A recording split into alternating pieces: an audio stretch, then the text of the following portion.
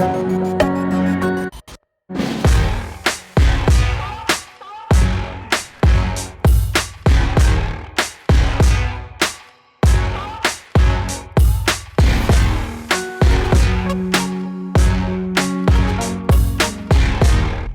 to Harvest Recreation PNW Best Life series. Kyle here from PNW Best Life, and today I'm going to show you what's new in the past week with WDFW rule changes, local stories. We're going to show trip highlights, recent duck hunting trip.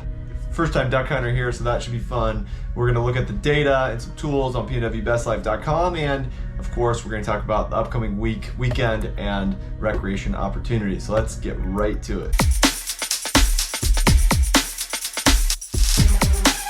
Alright, so let's look at a couple of the new WDFW rule changes announced in the last week. We've got the reopening of the Dungeness and Gray Wolf rivers to fishing, as well as WDFW also announced 7 days of coastal razor clam digs beginning October 24th. Let's dig into that one in particular.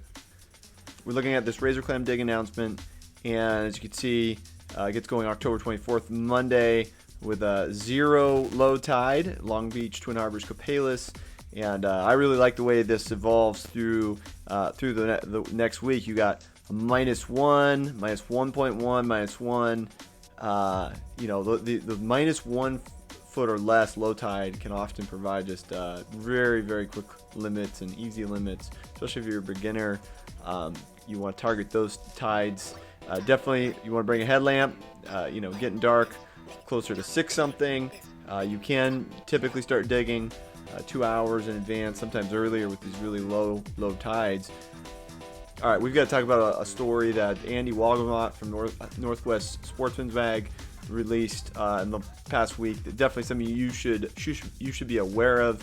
Yeah, if you care about harvest recreation, because there are groups out there who are meeting with a convention on Vashon Island, a 2-day convention called the Washington Fish and Wildlife Management Reform Convention. And basically this is all about how to move WDFW from being providing opportunities for consumption while preserving conservation, to basically flip that around and try to remove essentially all consumption opportunities for fishing, hunting, etc., and really move to only considering conservation. There's some of your favorite groups out there, like Wildfish, the Wildfish Unlimited folks, and others like that have just, they've done a lot to damage hatchery production in the state. They've done a lot to damage our opportunity to target hatchery fish and keep the fish that we catch and have a nice meal at home and fish in the freezer. So, this is a big problem. Andy's kind of got keyed in on this, and since he keyed in on it, they've deleted the information on their website about what was going on. That's what the second story. You should just definitely check it out. Northwest Sportsman's Mag. Check out this story that Andy put together, and essentially. This last line here says it all. WDFW and the Commission may have driven you absolutely, just say crazy, with some of their moves over the years and decades. Those ain't nothing compared to what could be coming if this reform effort succeeds. Time to get involved. Just something you should definitely be aware of. A lot of money behind this.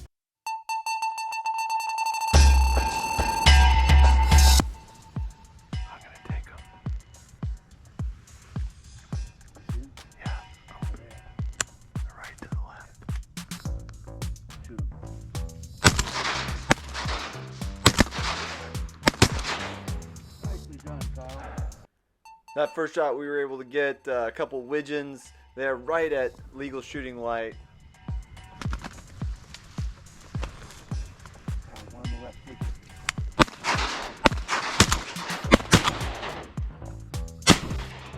I got mine, but he dove.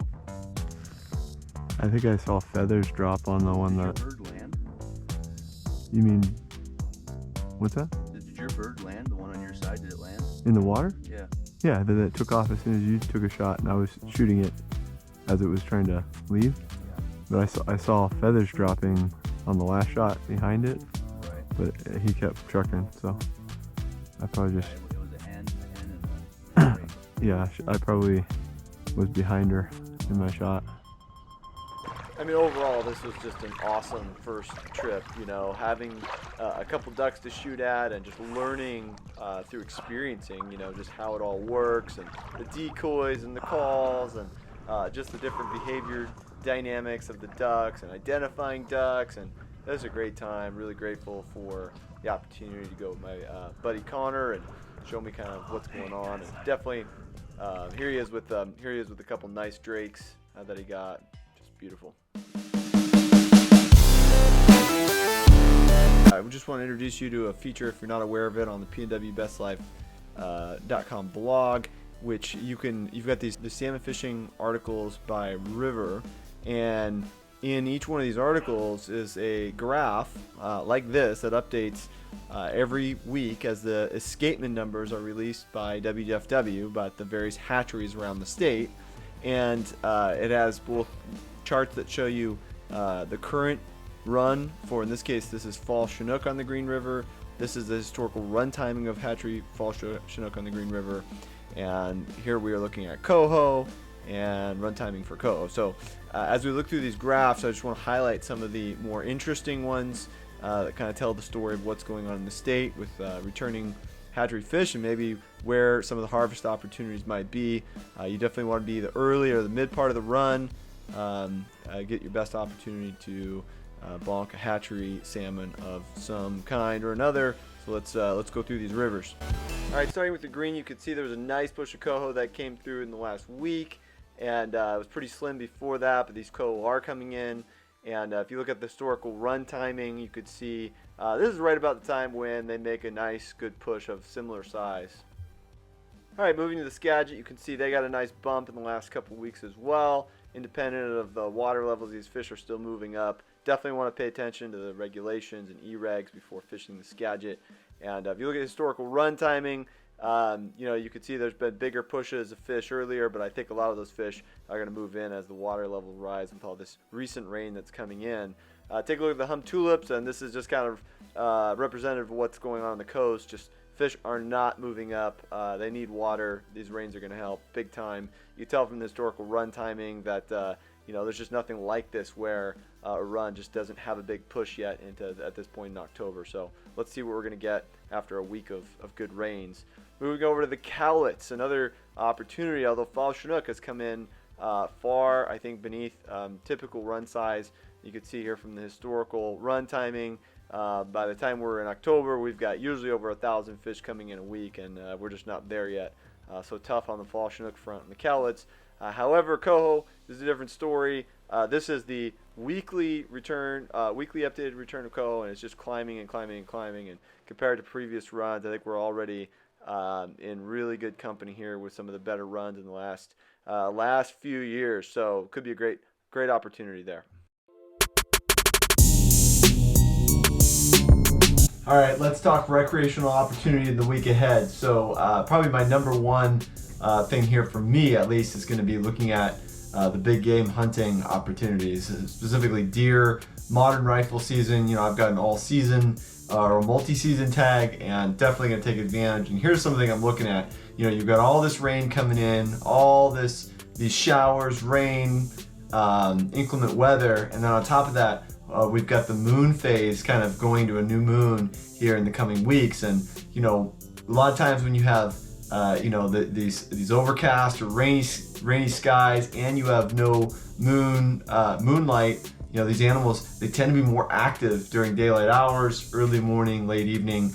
And if you were out opening weekend, didn't get it done, and you got a tag, I think this week is the time to go back to the woods, find that animal. I'm looking for a blacktail to fill my tag, and hunting around Mount Rainier, and looking for that for sure.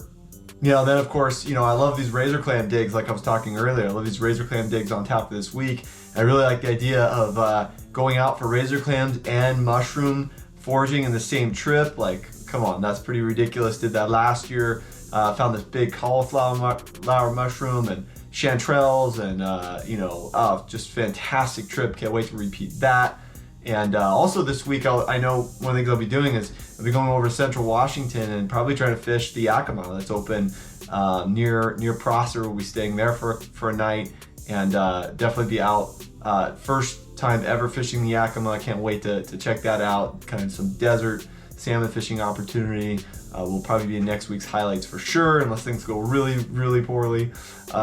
So I also got to look at, you know, coho fishing around Puget Sound. You know, if you've got that itch to hit salmon still, and you know, there's still rivers putting out coho in the Puget Sound, and man, these rains are going to send these coho on the coast up those rivers. And I don't know exactly when WDFW is going to reopen things. They'll probably wait and let a lot of fish get on the spawning grounds or into the hatchery before giving us all a green light. But I would bet by maybe November 1st, maybe earlier, we'll see those rivers open up again, and that is going to be just incredible coho fishing when that happens. And of course, I also got to give a shout out to some waterfowl hunting, some doing the bird thing. You know, it's not as good as obviously opening day is fantastic for that, but there's still birds moving around. And find a pond, find some public land, or if you've got access to private land, and get something going there with the birds, ducks.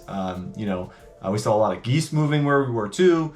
You know, look for the fields for the geese, but that's an opportunity for sure that is worth your attention. If you have another idea of maybe a local opportunity you'd like to share, drop it in the comments, engage with us. Give us any ideas to improve the show going forward, and kind of what I'm trying to do here. You kind of get the idea. So love to get your feedback and ideas around harvest recreation going forward. If you haven't already, please give us a like, subscribe to the channel. I'm gonna try to get this video series out every Friday at 5 o'clock local time, and you know, turn notifications on so you get notified when it drops, and try to really help local PNW harvest recreation, and hopefully help you out in your harvest recreation goals.